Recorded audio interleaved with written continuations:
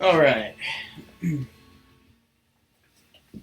Just bear with me a second here. I'm trying to get this working on Twitch. So it looks like things are working on YouTube. Bear with me just a second.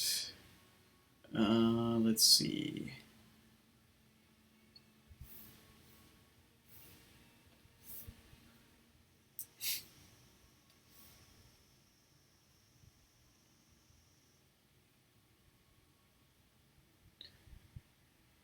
All right, very cool. So it looks like we're live on YouTube and Twitch right now.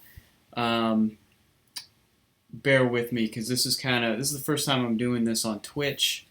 I've done it only a couple times on YouTube. What I want to do today, I'm going to be drawing this skateboard design, just a personal piece of artwork I'm working on, and I wanted to draw it and hopefully color it today. Give me just a moment.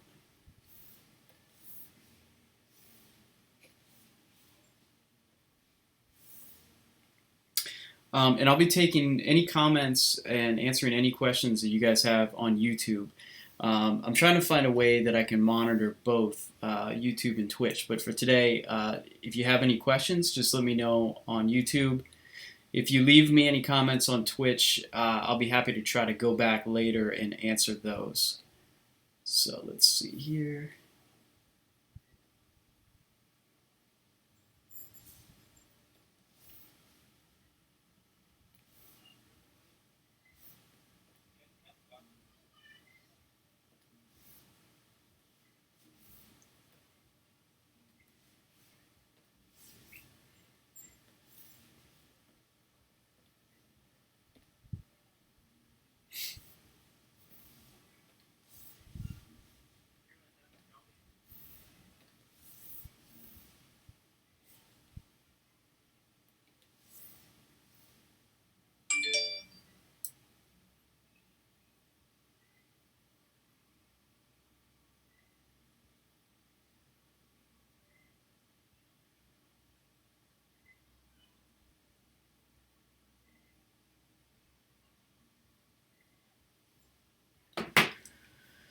All right, awesome, great. So sorry about all that delay. Just still trying to figure all this out. I'm okay at drawing pictures, less so at all this technical stuff. So I believe I got it going. All right, so I have my YouTube channel open. If you have any questions, just please post them in the chat, and I'd be happy to answer them and help out. Today I'm just going to be drawing this skateboard design here. I'm trying to do more personal work, which has been hard to do, trying to cram that in between other freelance projects. But I've always wanted to do more skateboard design, so I figured the best way to do that was just to sit down and make some of my own. So this is the third one in the series. I'll show you real quick the two others that are finished. This one here, I'm really happy with. I wanted to do like kind of a 3 stacked heads theme on all of them. This is like an Aztec temple theme here. And then the other one is like a tiki head, which is pretty typical of me, but I love working with the colors and the, big tongues and stuff. And then in the series, I was going to have like this kind of hot cartoony chick in the mouth or near all 3 of them. So for this design, I haven't drawn the girl yet. I probably won't do that today, but she's going to be right here being held by this guy. All right, so let's get started. I also want to talk to you guys late in a bit here once I get rolling about some of the insane things that happened this week. Some cool things, some not very cool things, and some terrible things. But we'll get to that in a second. And I'm going to try inking this, even though this is a pretty symmetrical design, I'm going to try doing it without the symmetrical rulers on, because I want to, sometimes if I do that, it creates a more stale design, I guess. It can be kind of boring if things are exactly the same on both sides. I tried to do that here with the pencils, so I tried to break up things a lot. So let's do that, which means it's going to take a little bit longer, but I think it will be better. So I'm going to use a vector layer in Manga Studio here, and what that does is it just sort of, it helps me throw a little bit cleaner lines. And I'm going to be using mostly the mapping pen and the G pen. I see a question here, how can one make skateboard template to correct spec 300 DPI? Just do a Google search. They're all over the place. I got one years ago, and it's just the one I've been using. But if you're unsure, just always remember that you want to make it, you always want to err on the side of larger, you know. So make the resolution larger, maybe work at 400 DPI, and also make sure to make lots of bleed area around the edges. That way, if you are off by an inch or so or whatever, you can pretty easily move things around and not be in trouble. Because, I mean, all skateboards, there's only a few kind of standard size skateboards anyway. So every model is fairly different. So this template I created actually has a bunch of different boards in mind when we were working with this. So I tried to leave important stuff away from the edges of all of them.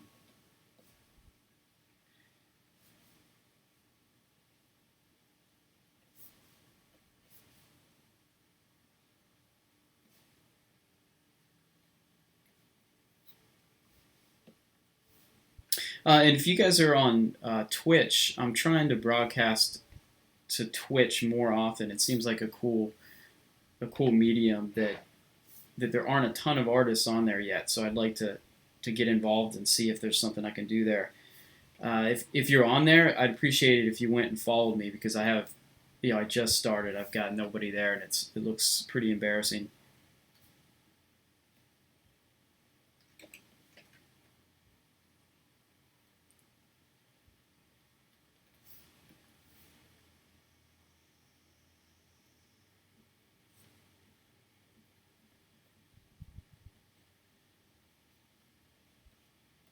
Turn this music up.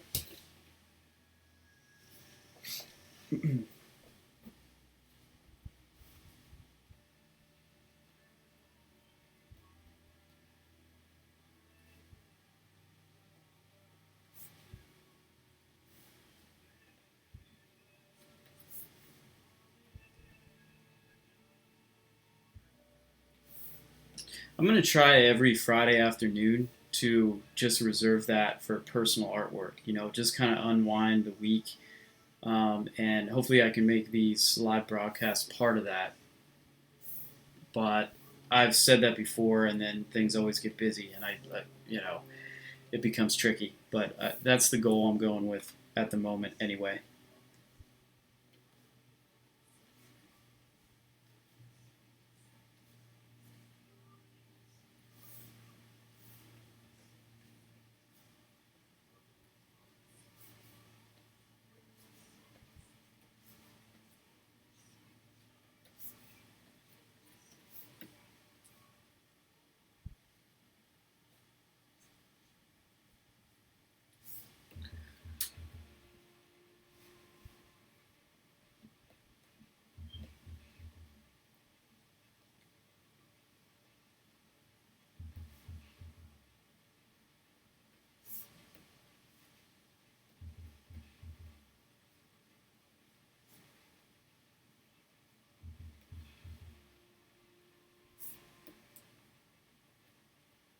Hey, before I forget, I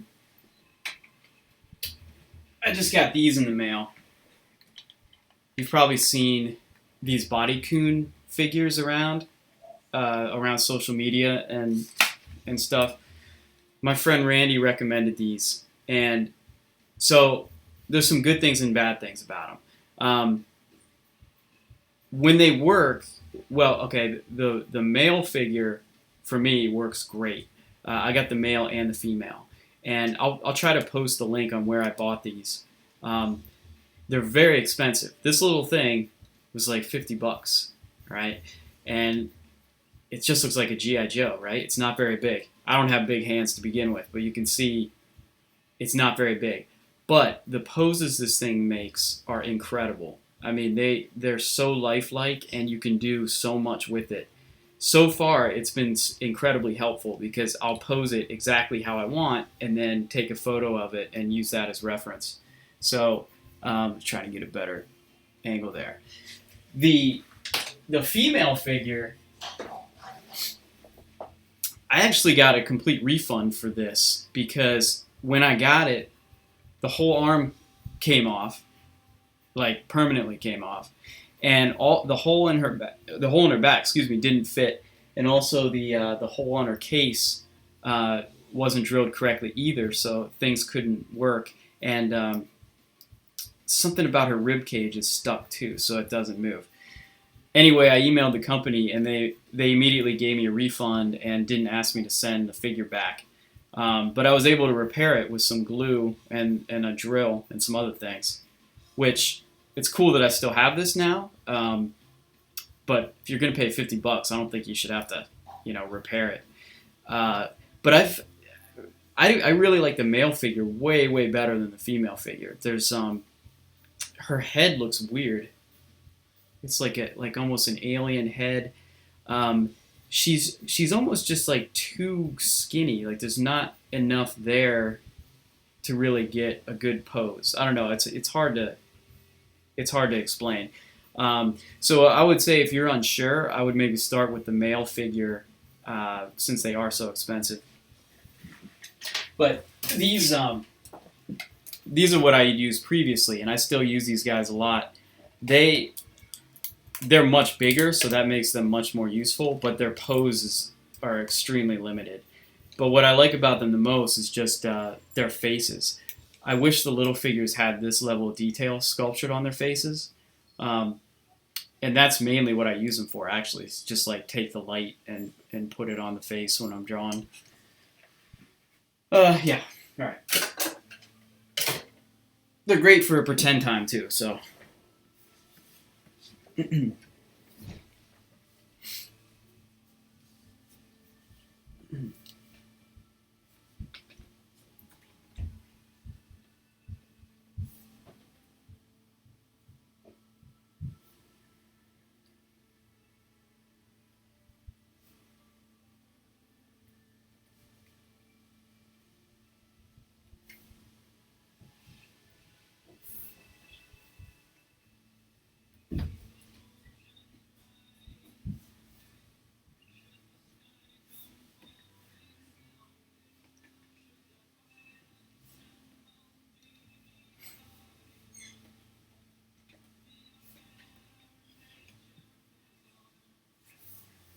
Hey, I see a question here from Bold Line Design asking how I came up with my company name, which is Flyland Designs.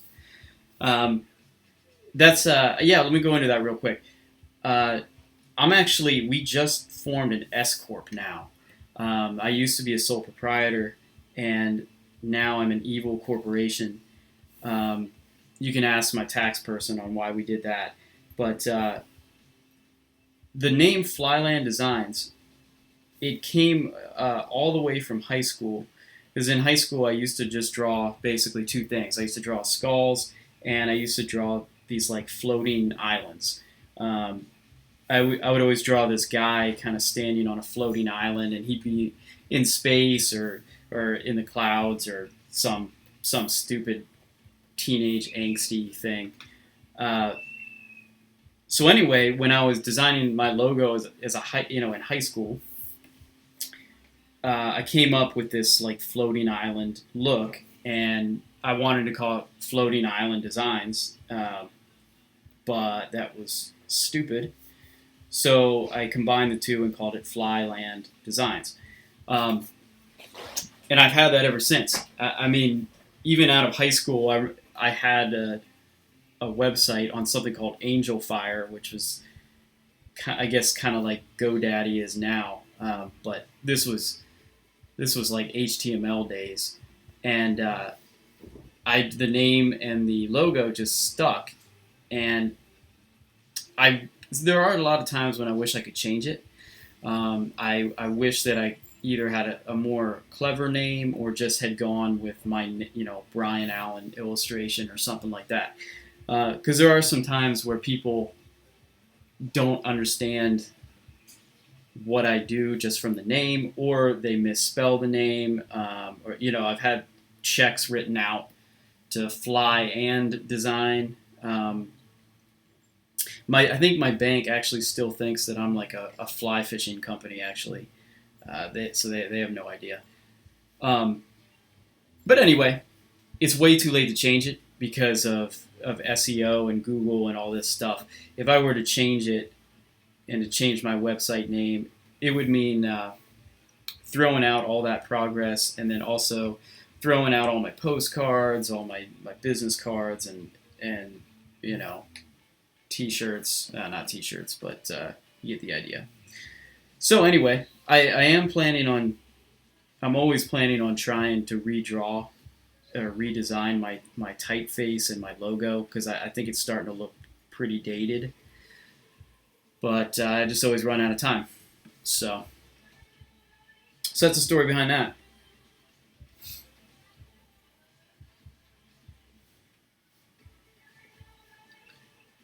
Yeah, Angel Fire, man. It's good stuff. Good times.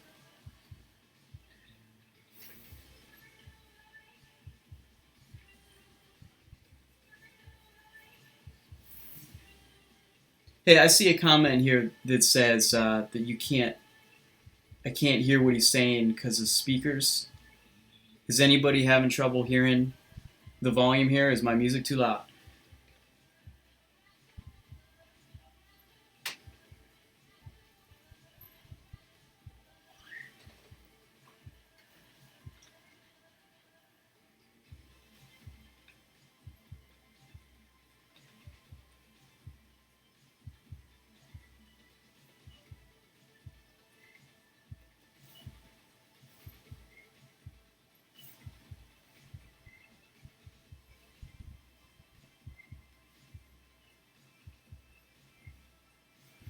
Oh, okay. So the music, my volume is fine, but the person's having trouble hearing me because they don't have speakers.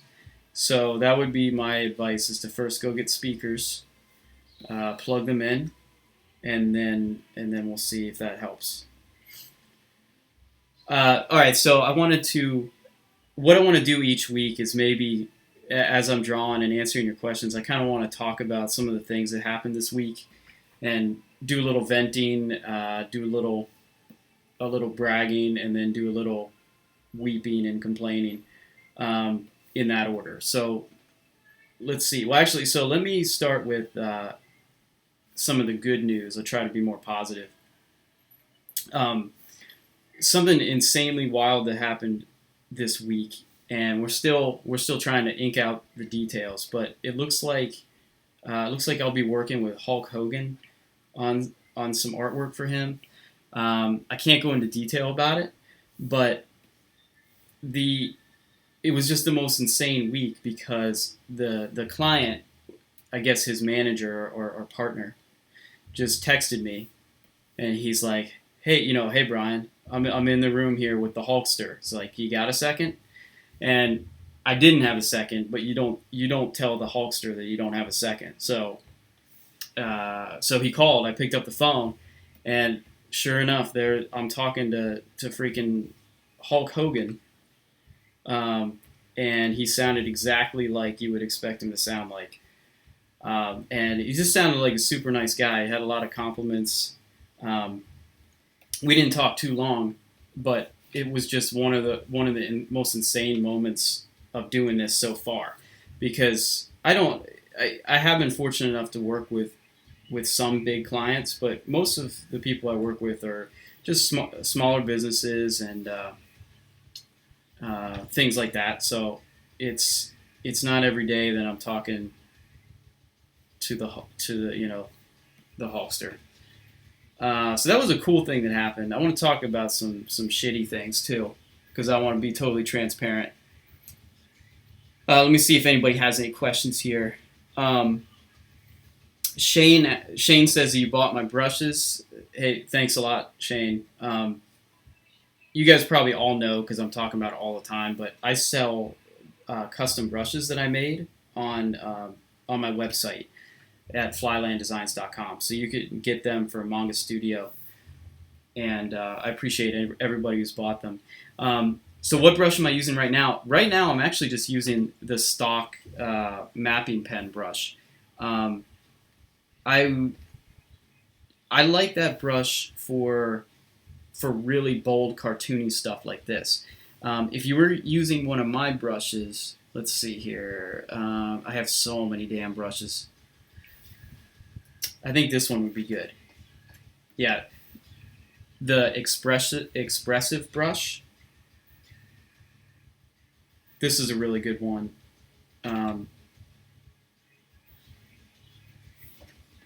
And if I wasn't using that, I probably would be using this. Let's see here.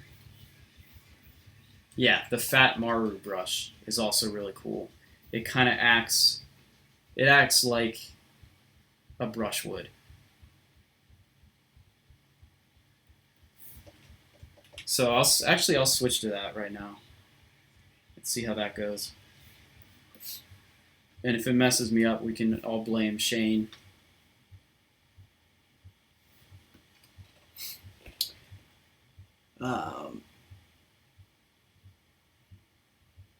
Okay, so you're using Manga Studio 4. So I love Manga Studio 4. I mean, that's actually how I was introduced to Manga Studio in the first place. I feel like there were some things that were lost actually when Manga Studio 5 came out, just in terms of the quality of the brush strokes. I don't know if that's just my imagination or what.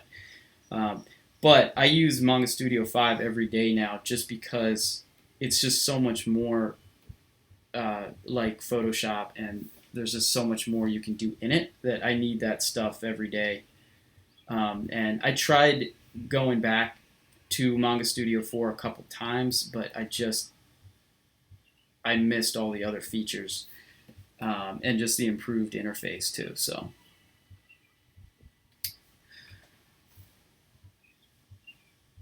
Oh, I'm sorry. I misunderstood your question. Sorry about that.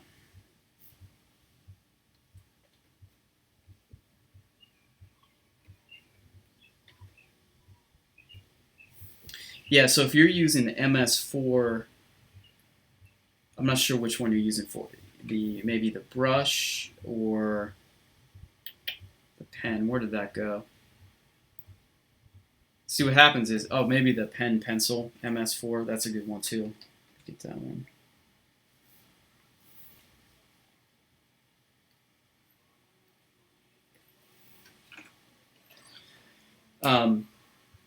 Yeah, okay. So anyway, so what happened this week or the last couple weeks? Some of you may have seen, if you follow me on social media, that I posted that I was fortunate enough to be hired to do the Alien artwork for the official Alien pinball machine. And I posted just kind of a teaser of that. I was hoping that, because we were still waiting on the approval from Fox, and actually, let me show it to you here, because we just made prints of it. Hold on.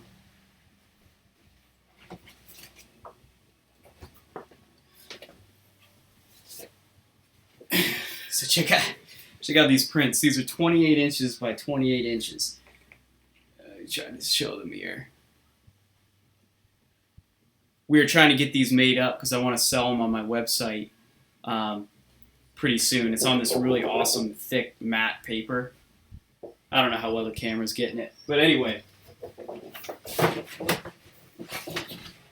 Okay, so there's a long story behind this. And unfortunately, I don't know how it's going to end. It doesn't seem like it's going to end well. But I was hired by this company, Highway Pinball, to create that artwork. They were excellent to work with, really, really nice people and everything. We were rushing to get that design out on Alien Day, which was back in April. And we did it. I worked for like 3 days straight through the weekend, but we got it done. And I was being told that the approval from Fox would come like just in a couple days. So that's why I hadn't posted anything more about it on social media. Also, my payment.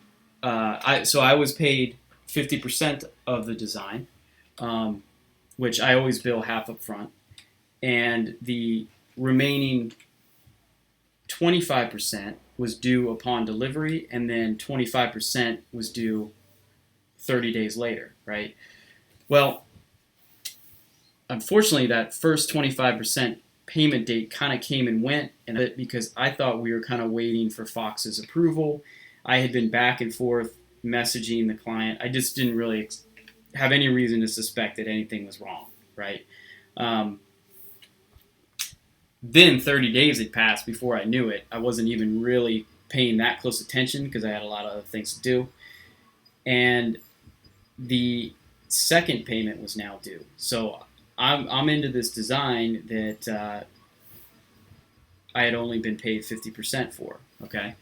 So at that point, I start doing a little research on the company, and I stumble upon something called Pinside, which is a community of pinball players, and or pinball collectors, I should say. And I was unaware of just the vast world of pinball collecting, and it's such a vibrant community and active and passionate community. It's crazy. Anyway, I guess I quickly learned the full story that this alien pinball machine was basically being promised over 4 years, 3 years, I'm not sure, a long time. And a lot of people had paid either in full or huge deposits for this game, and they were starting to get anxious and starting to either ask for their money back or demand the CEO of Highway Pinball give them some kind of update, right? Anyway, finally, the owner of the company tells me that basically he's being booted from the company, and the shareholders are taking it over. So it's almost like going bankrupt or a buyout, and I am still chasing them for payment. And that's not even to me, that's not exactly the terrible news. The worst news is that I don't know if this machine will ever get made, and I don't know if my artwork will ever get used on it. And to me, that's so incredibly disappointing because it seemed, to me, it was just at the time just such an incredible opportunity, and I just to work with an official alien piece of merchandise was just incredible. So I'll keep you updated on that. I guess the hope is that the new investors have a lot of money and they put it into the game and they actually continue producing it and they pay me what they owe, which would be neat. But we will see. They're telling me that's going to happen next week. We'll see. So these guys are based in the UK, by the way, so I can't exactly go knock on their door. So if anybody knows any tough guys in the UK, let me know. But this, I should say, because you guys are probably all unfamiliar with the pinball industry, just as I was, this isn't the first time that a pinball company has promised a machine to a lot of people and then gone belly up.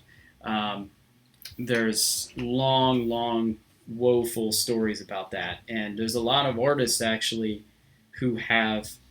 Now remember, I only designed the back glass for this pinball machine, right? So I did not put much time into it. It was 3 days of work, but there's another artist that designed almost the whole machine, and he has not gotten paid at all. Now that's his business, but this also happened to another artist who I won't name, but this was a different company too. Anyway, so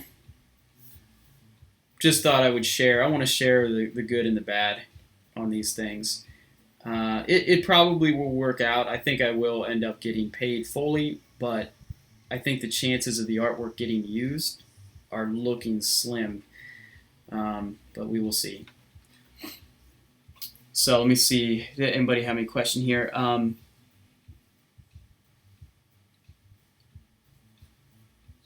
Oh, I think you guys are answering each other's questions because I was rambling.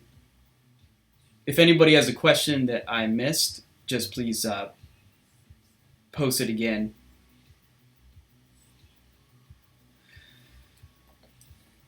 All right.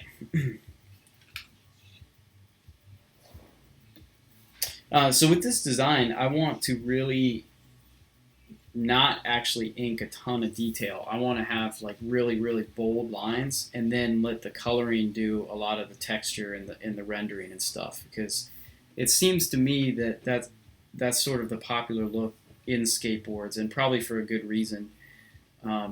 It probably prints better, and it just looks better, probably up on the wall next to all the boards.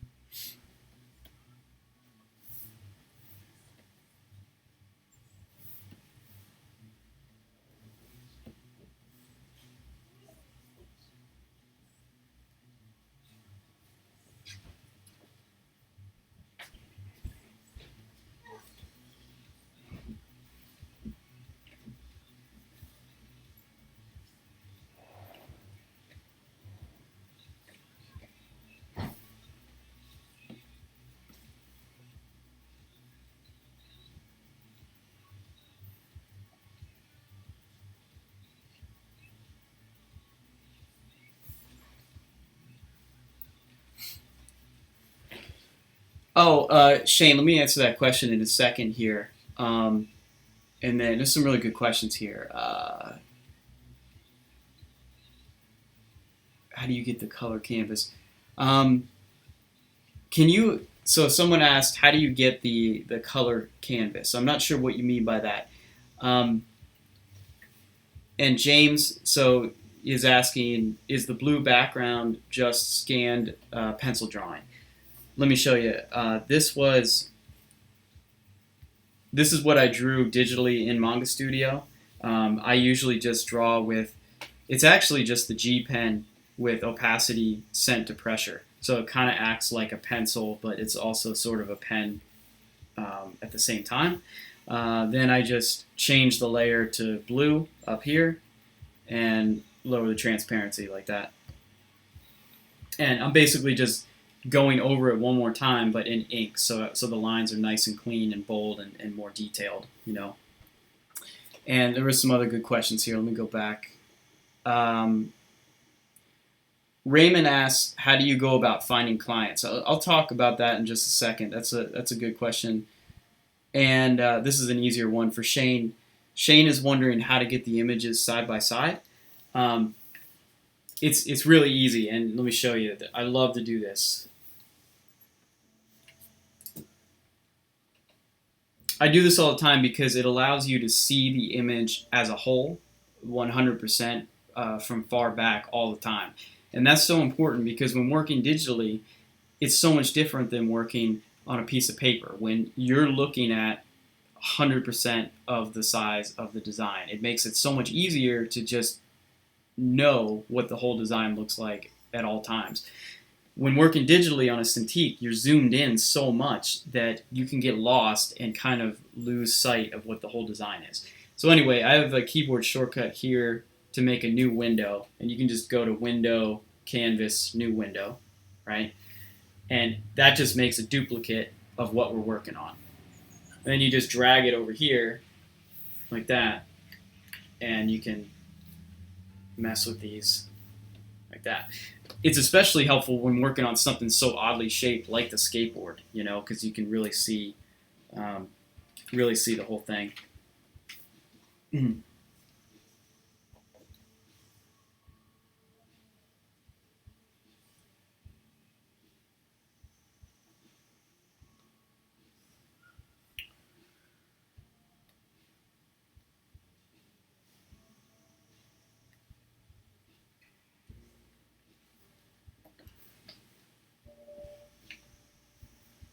All right, so I want to answer that question about how I go about finding clients, because I know if you're a freelance artist, that's the question, right? I mean, that's it.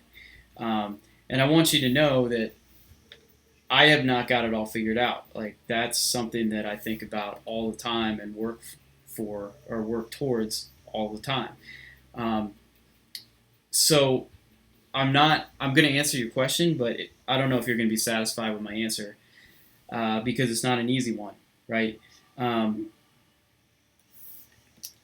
you have to do a lot of stuff. You have to find don't just find a couple directions or a couple areas to put your work, but put it all over the place in different ways, um, constantly. You know, uh, so I there's probably four main ways that I get clients. The most common way is that they find me and email me, um, because they have found my work either on social media or they've found it on as like a Google image search or something like that. That's the most common way, and that works fantastic because there's little effort in that one. The downside of that is, sometimes the people who find you aren't really the people that you want to find you, if that makes sense. Sometimes the people that find you either don't have the budget to work with you, or they're in an industry you don't want to work in, or my favorite is a lot of times people will come to me and they'll say, gosh, man, I love that bleeding zombie skull you did. Can you design a mascot for our hair salon? You know, um, Not that I'd be against doing that, but a lot of clients will find you and they don't understand that if they're hiring you for something different than what your specialty is, or what the work is that they liked in the first place, they might not like the result they're going to get. Um, but that being said, like, I do actually do a lot of work in like the children's book industry, and like I recently did something for Boy Scouts of America. So I do nice stuff too, um, but even my nice stuff has a bit of an edge to it. So anyway, that is one way. The other way would be people finding me because I post my work on portfolio websites, places where you go specifically to hire an artist. Uh, some of my best clients have been from those. Okay, so those are important. The problem with those is you are competing with hundreds, if not thousands, of other artists, and they're all awesome. Okay, with these sites, you pay to be a part of them, so it tends to be a lot different than, say, something like DeviantArt, which there's thousands of amazing artists on DeviantArt, but there's probably a million artists that are not so amazing, and you know what I'm talking about. So it can be hard to compete. So you just got to keep at it. And however, I think that is actually a very good thing because there's less noise. I am on DeviantArt, but I don't think I've ever gotten a job from there, because I don't know how a client would go on there and filter through all that noise. Okay, so that's two ways to find clients. The third way is simply, once you have clients, you make sure that you follow up with those clients, because even if you don't like them, and I like all of my clients, but you need to establish a relationship where even if a client just hires you for one thing every year, after year, they may not seem like a lot, and actually a lot of my clients are that way. They're smaller businesses. They hire me for a logo, they hire me for a t-shirt design, and maybe they don't need another one until next year. But once you start having 100, 200 of those types of clients, then that's 100 or 200 projects you can count on each year, and that makes life way easier. And that's what started happening to me about 2 years ago. Was I was starting to get a lot more repeat business, and it meant that I didn't need new clients quite as much, so I was able to raise my price on new clients a lot. And we just continue to do that, and that's how you grow, you know. And the more money you make each time you do a project, that means you can spend more time on it. So the projects get better, and as the projects get better, you can charge more, and it's just like this nice snowball. That's the motion for snowball. For the person listening without a speaker, they can understand that I'm talking about snowballs. Gosh, I don't know what I'm saying. All right, so what's the third way? So the third way is just cold calling, just finding the companies that you want to work for and reaching out to them. And in fact, that was how I got that alien pinball machine that I was just talking about, which up until last week was going fantastic. I just reached out to them. You know, I said, you know, man, I would love to work on a pinball machine. You know, here's my artwork. Here's a link to my website. Check it out. That's also really important, but it's important to remember that most likely, most of your reach outs are not going to get a job, because so many factors have to be just right. They have to, one, like your work. They have to, two, like your style, which are two different things.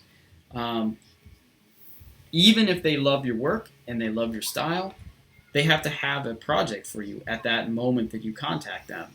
And that part can be pretty rare, right?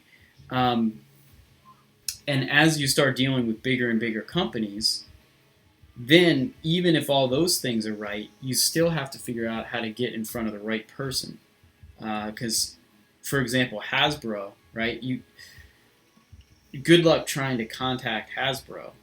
You probably have to go to a convention and meet somebody in person and develop a contact that way. Like they get so big. I know for a fact that Marvel does not accept mail submissions anymore. You have to fill out a form and then meet somebody at a special convention. So you go and you bring your work in person, whatever. So, I'm not sure if I'm missing anything, but that's how I find work. And I know that that's not very specific, and I wish I had a better answer for you. But you just keep at it year after year, and the more work you do, the more clients you meet, and then those clients lead to other clients, and it grows. So just keep at it. And I probably missed a bunch of questions. So Shane, I want to address your question here. So Shane says that I also draw for clients, but I take the money after I'm finished. So however you want to run your business is totally up to you. But sometimes people ask me, what is like the best tip that you could give? What if you could only give one piece of advice? What is it? And it's actually a piece of really practical advice, and it's just simply charge half up front, always. And it doesn't have to be half. It could be 30% or 25%. And when I say always, there are going to be times, especially when working with bigger companies, where getting paid half up front isn't an option. But because those are usually bigger companies, you usually have less to worry about. That's not always true either, though. But so let me back up. I was in the same position you were probably about 5-6 years ago. I had started hearing from other artists that it was common to charge half up front. And I wasn't doing that. I was just billing when we were finished. Now, the dollar amounts I was working with were a lot smaller 7 years ago or more. But I was worried, just like you, that if I start charging half up front, that it's going to scare people away. Why would they trust this artist? Why would they trust just some kid they found with their money? Um, here's why it's so important. As soon as you do that, as soon as you start charging half up front, it decreases your worries tenfold, because all of the shitty, crappy, deadbeat clients, it scares them away.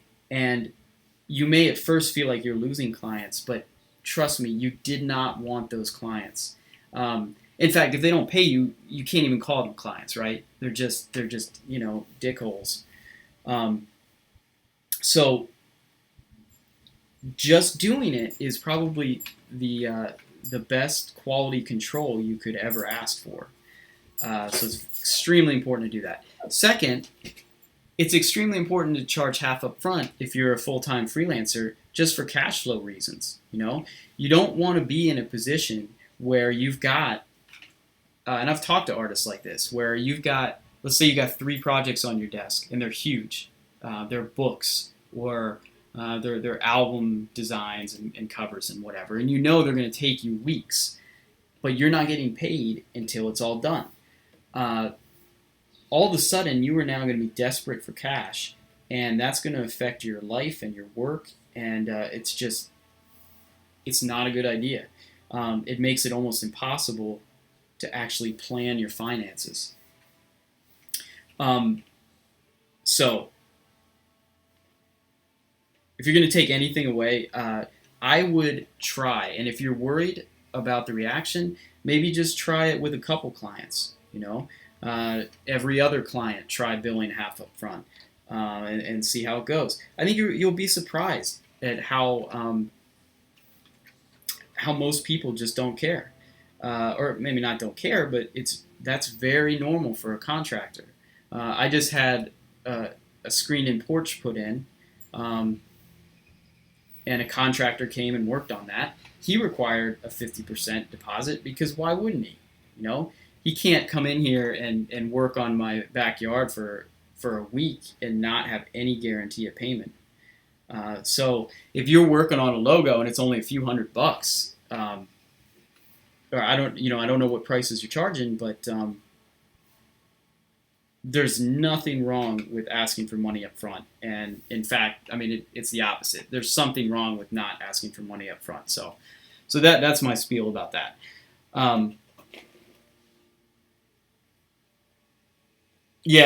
So my friend Randy brings up net 30 days. I've worked with a couple big companies that do net 60 days, which is criminal, I think. And I've heard things from people who work in the fantasy card industry, like Magic the Gathering and Topps and things like that. I've heard that sometimes their policy is they don't pay for 90 days.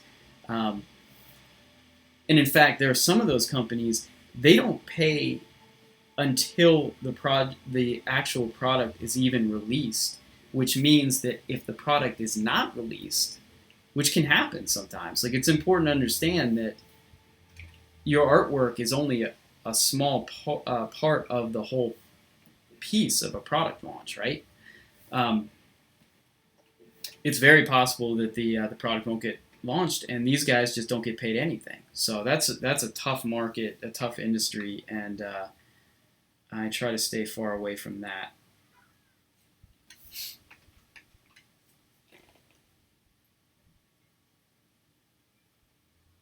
So Shane, looks like you got a lot of good questions here. So you have a lot of people asking you for free work. Or when people just ask if you charge for your work. And that'll never go away. I still get that. And usually when I get those messages, I like to share them on my social media so we can all laugh about it and get angry together. It will get less and less, though. I have no idea what your work looks like or where you are in your career or anything about you. But if you're just starting off, the more you do this, those requests will subside because you get eventually people look at your portfolio and they look at your client list and they put two and two together and they say, okay, there's no way this guy works for free. Um, but it still happens to me a lot, okay, a lot more than it should. And I share your anger.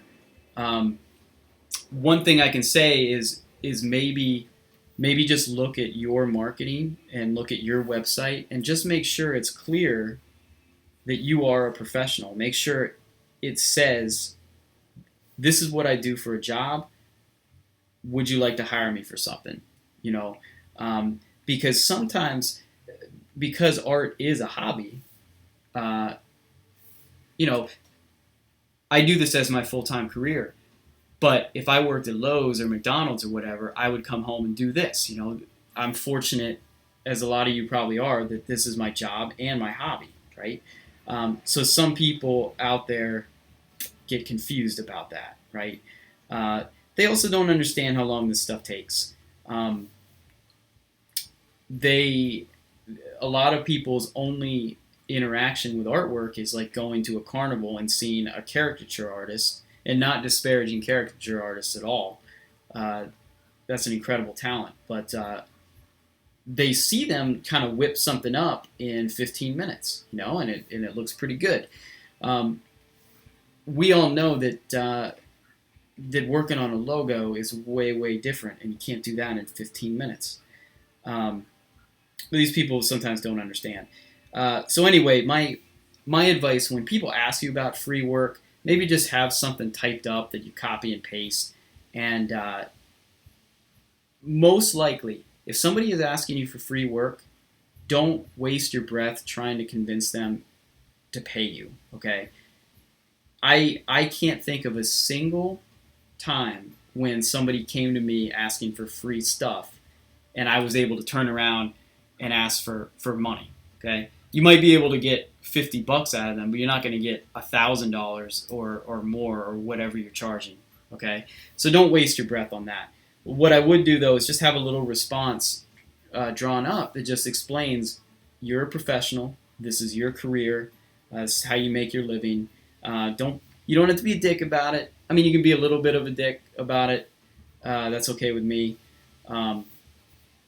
But the more people that say that to them, maybe it will sink in. I'm an advocate of that. I'm an advocate of not ignoring these people and not being mean to them, but trying to spread the gospel, you know, spread the word. Because some of them, they just don't. They don't know. You know, okay, and let me turn this around on artists too. I've been hammering clients. When you go online, when you go on Instagram or DeviantArt, there are a ton of artists out there who basically just say, okay guys, what do you want me to draw next, right? Like they're saying essentially, bring it on, I will do this for free, or I'll do this for $20, which to me is so close to free, it might as well be free. So I don't know. I'm not sure. It's important to understand that it goes both ways. That there are artists out there that maybe aren't helping the cause. And if one of your friends is doing that, maybe make a suggestion. Maybe say, hey, you know that thing you're doing for $5. I know a guy who did it for 15, and maybe you should raise your prices. I hope you're not charging $5 or $15, but anyway. Hi, Isabella. I didn't know you could type. That's my daughter. She's watching, I guess.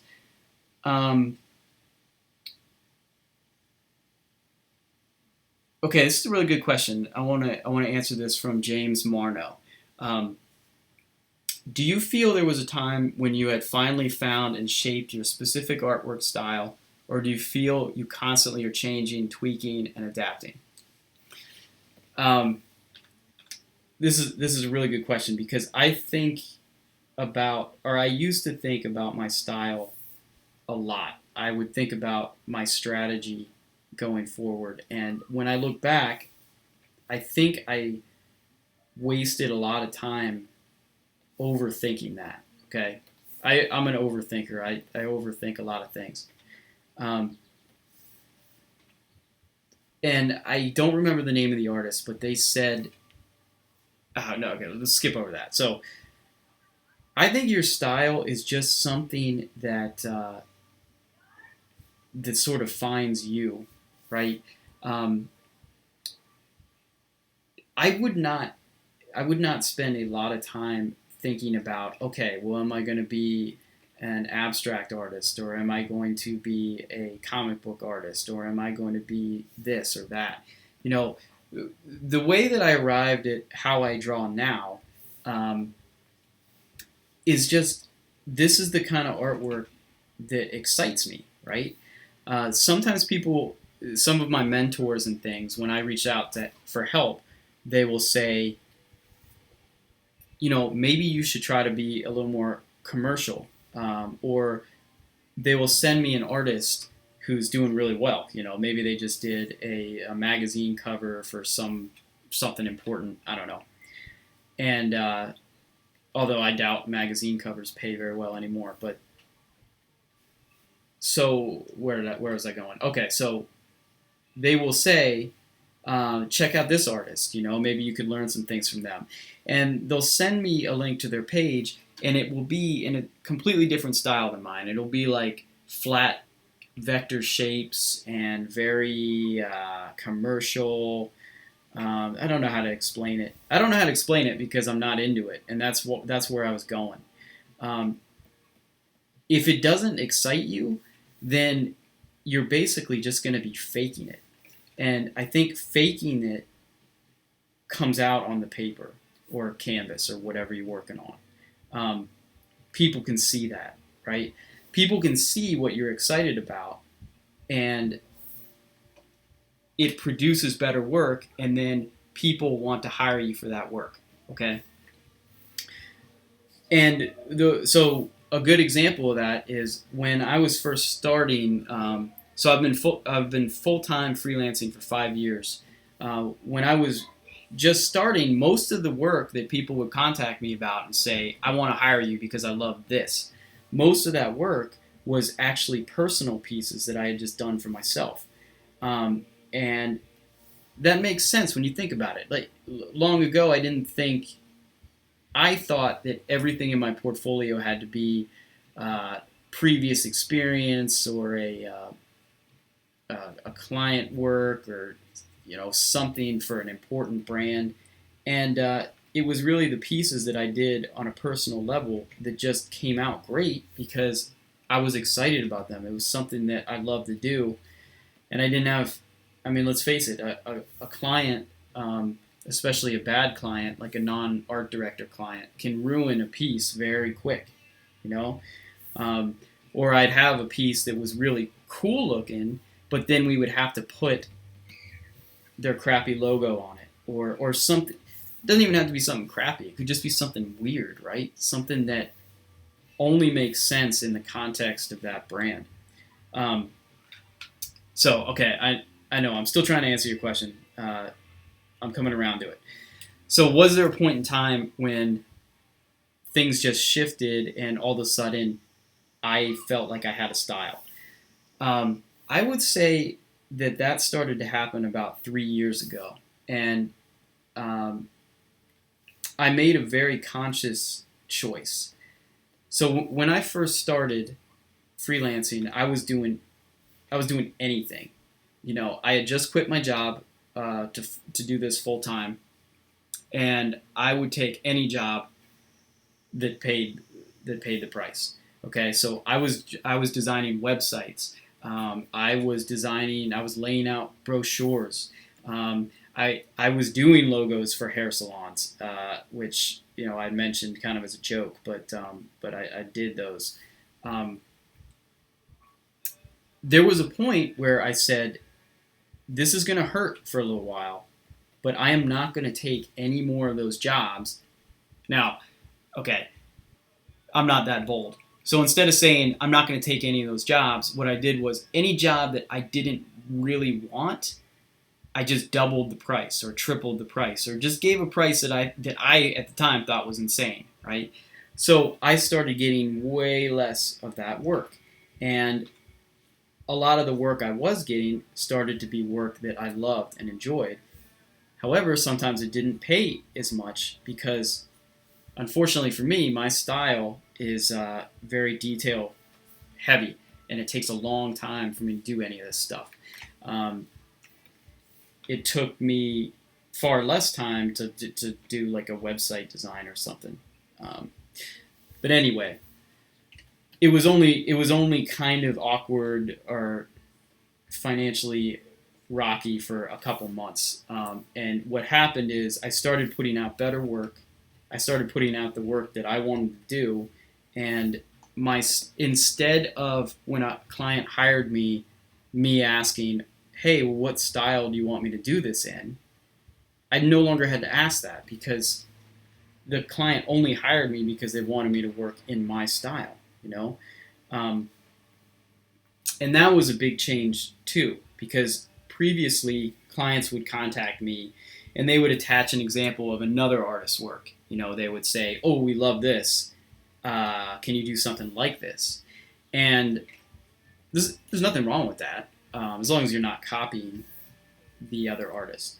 But you have to understand, you have to hope that that's temporary, because if that happens too long and too often, then basically you are just the guy that they have to work with because they can't get the original artist, either because he's busy or he's too expensive, right? So, did I answer your question? I hope so. Um, let's see. Stefan asks, how old was I when I started working professionally? So I have, let's see, I graduated from college in 2004, all right? And I worked professionally for two different companies up until 2012. So that's about 7 or 8 years. And in 2012, in March, that's when I decided to go full time. And let me just say to anyone listening who is not full time, who does this after work or however you do it, I think it's important for you not to compare yourself to people who do it full time, because one thing I learned when you start working full time, I had so much time now to do artwork. Before, even though I had a professional job, I worked as a cover illustrator for a book company. I did a lot of artwork, of course, for that company, but it was rare that it was my artwork. You know, it was rare that it was my style or anything that was helping me really, really grow. As soon as I quit, I now had this incredible motivation and time to just devote to this. And that's when I just seemed to, I got better fast. Like I got way better in the first couple years. And then since then, things plateaued, you know, as they probably naturally do. So I have to find some new ways to grow. But yeah, so I've been doing this since 2004. Yeah, hey Ryder, you're asking me if I worked for XGX Racing. I did. That was my first job in 2004. Do you know that company? Did you do work for them? That was an excellent job. That I was doing motorcycle graphics and things like that. And I've talked about it before, but my boss used to work in the video game industry, and he was just a phenomenal artist. So I probably learned more from him in that first year than I did at school. And I probably would have just kept working there, but I got married and we needed health insurance. So I had to quit and get it because I didn't have health insurance through that job. So I had to find a new job that did offer health insurance.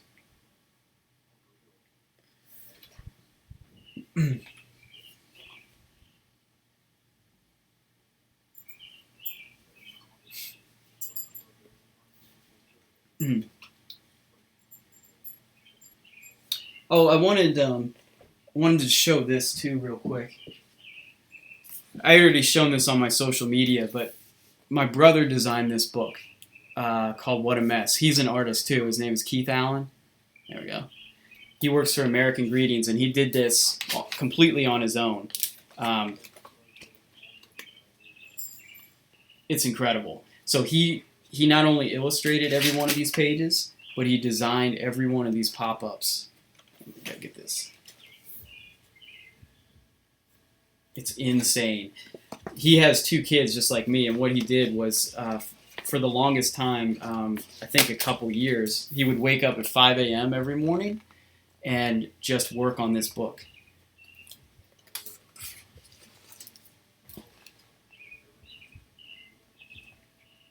It's freaking insane. And he had a Kickstarter for this that successfully funded.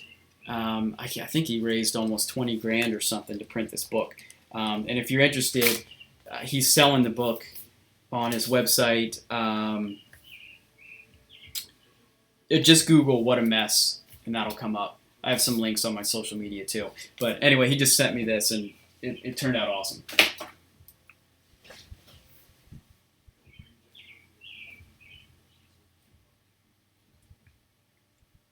I have a bunch of artists in my family actually, which is, growing up, I didn't think that that was unusual, right? And it really shows that I'm more of a, in the nature versus nurture argument. I believe in nature more than talent or genes and things like that. Of course, they have a role, but I think what helped me become an artist was just that I grew up in a family where the idea of being an artist as a job wasn't weird, right? It was something that was just as normal and obtainable as being a doctor or a lawyer or an engineer or whatever. I don't know why I use those examples. I couldn't have been any of those things.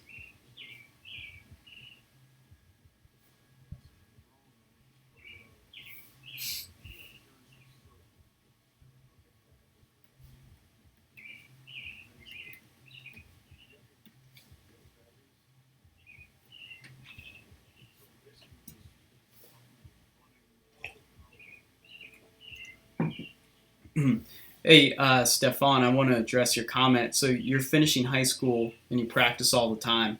Um, that that's such a great thing to know because if you're still in high school, I'm 35, right? So I've been doing this a long time, and I'm still trying every day to get better. And there's so many artists out there that I admire and envy and that make me angry, uh, happy slash angry, inspired, whatever you want to call it. I would suggest to you, because this was the mistake I made when I was younger. I spent too much of my time as a young lad trying to do freelance work for people.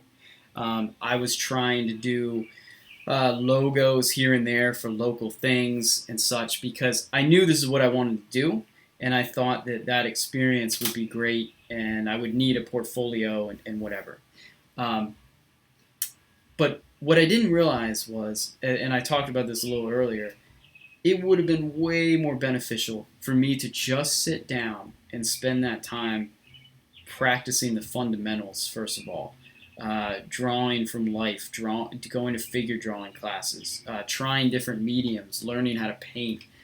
And then instead of working on, I did logos back then for like $100.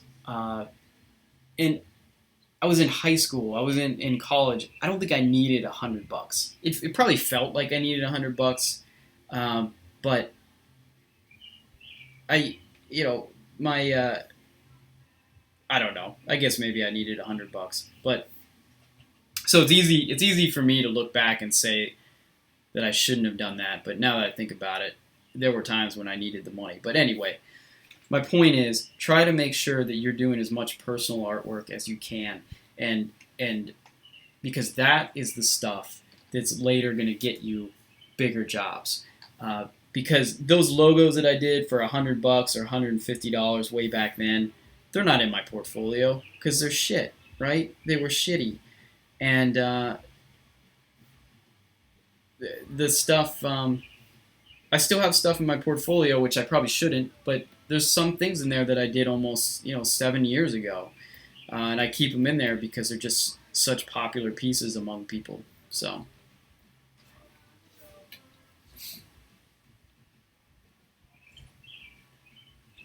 man, it's making me thirsty.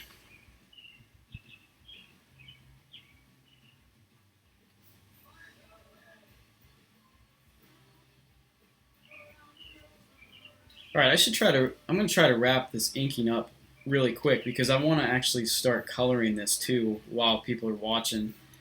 Um, if you guys have any, yeah. So someone just asked if I was going to color it. Yeah, I want to. I really want to try to get this whole thing done today. I don't know. Oh man, it's already 4:35 here. I didn't realize that. Um, okay, so no, I don't think I'm going to be able to color this today, unfortunately, because I got to get going at 5. Um, but there are a bunch of other coloring videos on my YouTube channel. If you're interested, you can check those out. I try to give pretty detailed tutorials on how I do stuff, and I'll be posting these finished skateboards later on social media. So follow me there.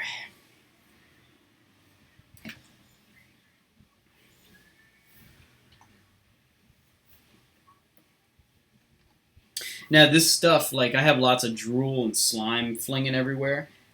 I usually like to ink everything underneath that stuff first, and then I'm going to go back on a different layer and ink that stuff because I'm going to turn the line art another color besides black. It'll be like a blue or a green.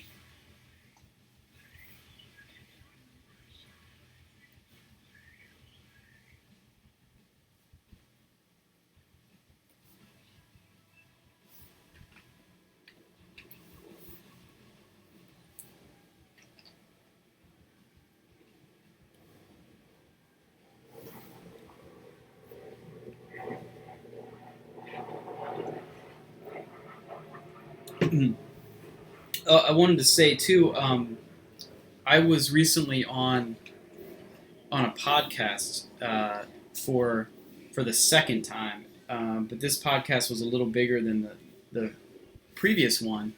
If you're interested in hearing that, it's called Roundabout Creative Chaos, and you can get them on iTunes, um, or just go to their website and listen there.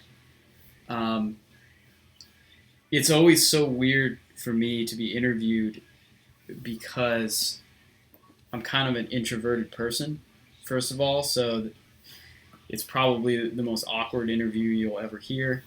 And then I never really know what I have to offer people, honestly, for advice because um, I'm in a weird spot. My wife and I have been doing this successfully now as a freelance business, and I'm really proud of that. And we've worked with some cool clients, and financially things are going great. But I'm not. I wouldn't say I'm like a famous artist by any means, and I'm not. I don't. I, it seems to me like if you're on a podcast, that means that you accomplished something, and then you're like some kind of celebrity, and you're supposed to talk about that. So I just find it really weird. But I think that's what's so great about podcasts is it's just such a democratization of media. Like um, you can talk to people who maybe aren't the experts in the field, but really just the guys like me, you know. I guess I'm an expert. I don't know.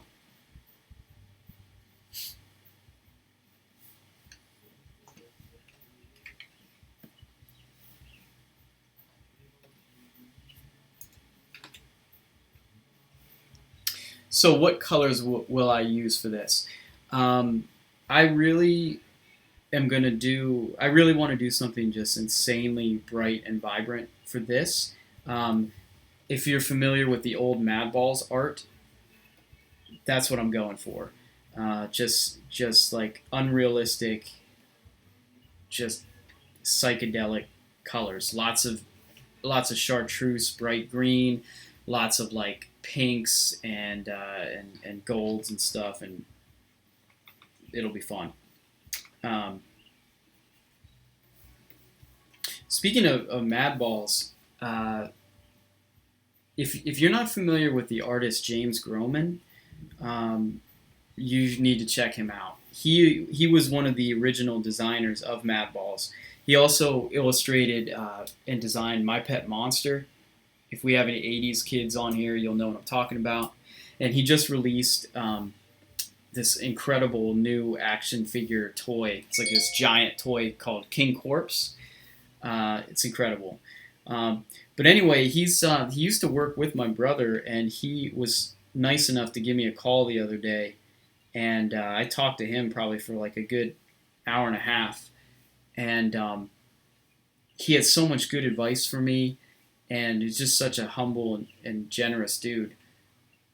And I want to recommend that to anybody out there who is unsure of where to get started, or maybe just, I mean, I obviously don't need any help getting started because we're already in this, but I had a ton of questions for him, and I what I learned really quickly is that a lot of the things that I struggle with are things that he struggles with too. Artists at any level. I mean, it's like the bigger you get, like James Groman is huge. You know, he's a big deal because he's like a legend. His artwork is just phenomenal, um, and he's been doing this for so long. But the bigger you get, it's just like your problems don't go away. They just sometimes get more. There's more at stake. Sometimes even your problems almost get bigger. Uh, but there was a comment earlier about somebody always asking them for free work. We talked about that. Like he still gets that stuff, you know, and he's certainly undeserving of that. But it just happens to everybody. It's a bummer.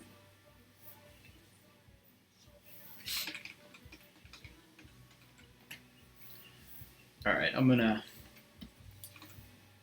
these hands are gonna be the same, so I'm gonna draw those with the symmetrical ruler on.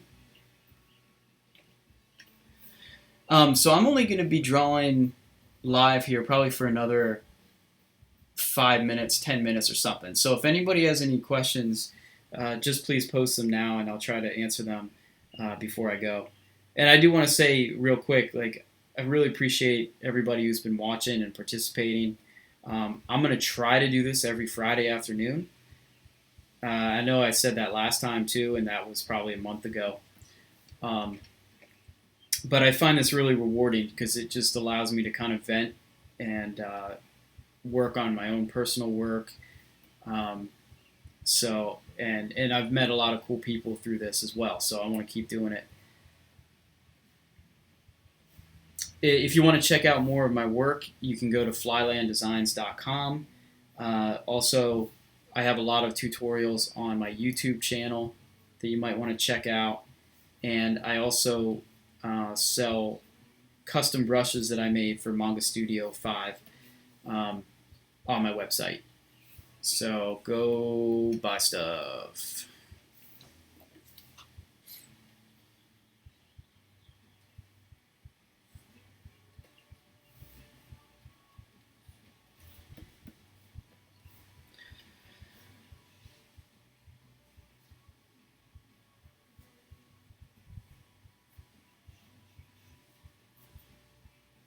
So, and there's a lot of people saying really nice complimentary things here, and sorry I haven't addressed those, but I just want to say thanks a lot for the compliments. I appreciate that.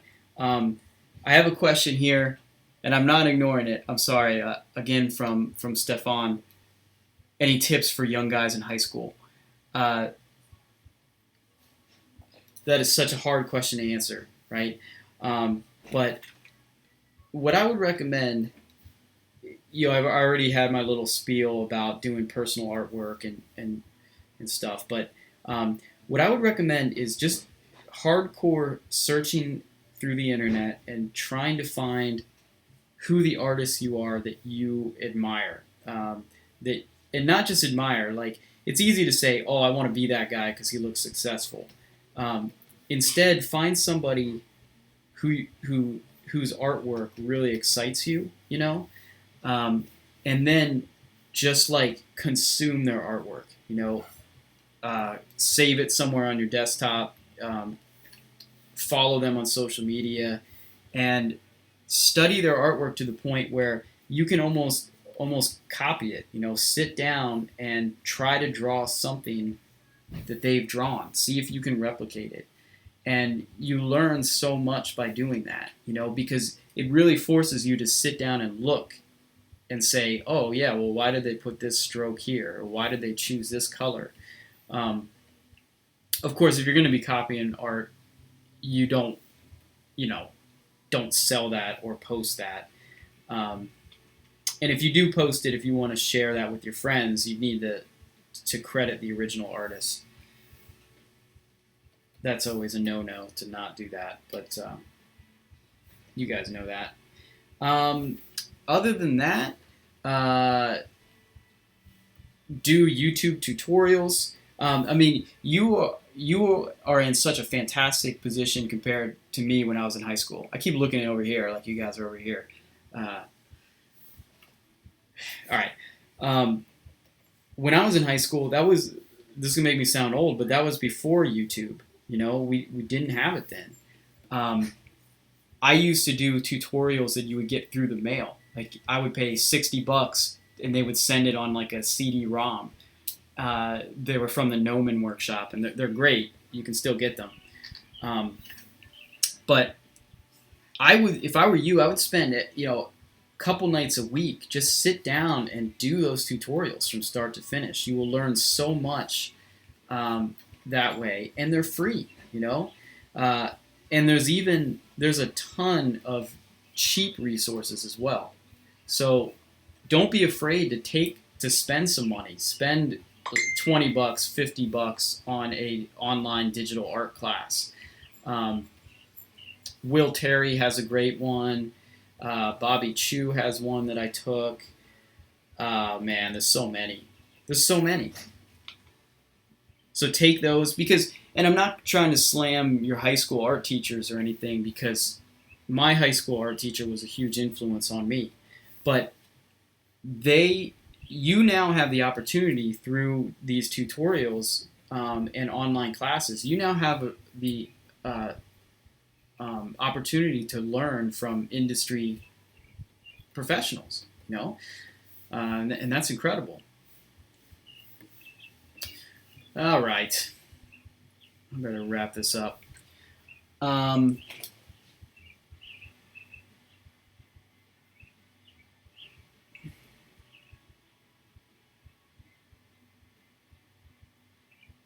right, cool.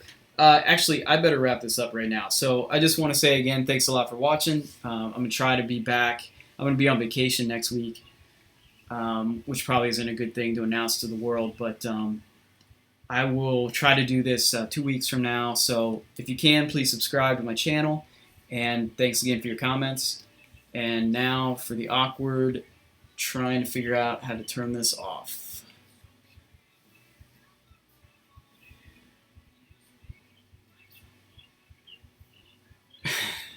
Come on. Where are you? Okay, here we go.